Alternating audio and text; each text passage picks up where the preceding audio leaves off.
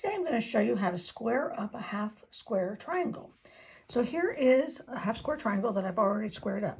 And the goal of your half square triangle is to have the seam line exactly in the two corners. Here is one that I've sewn, and you can tell I need to trim off the little dog ears. Here's how I like to do it to make sure that it is exactly straight. So what you want to do is you want to use a small ruler, or if you've got a great big square, use a big ruler. And you want to line it up on that diagonal line.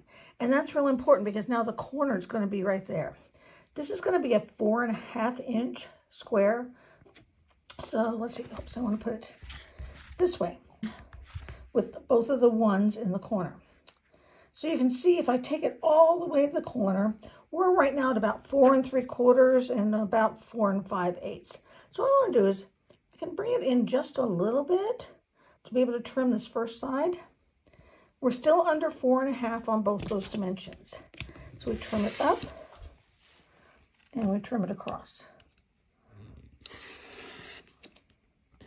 And then flip it around. So now we've got the other angle. And now this time what you want to do, you want to have the ones in the corner. You want to line up the edge right here, you can see, with 4.5, and this edge with 4.5. And then I double check to make sure my line is still in the center, so I'm at 4.5 and 4.5. And then trim up the other two sides.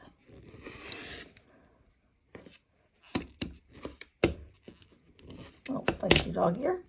There you go. And now you've got a perfectly trimmed up half square triangle.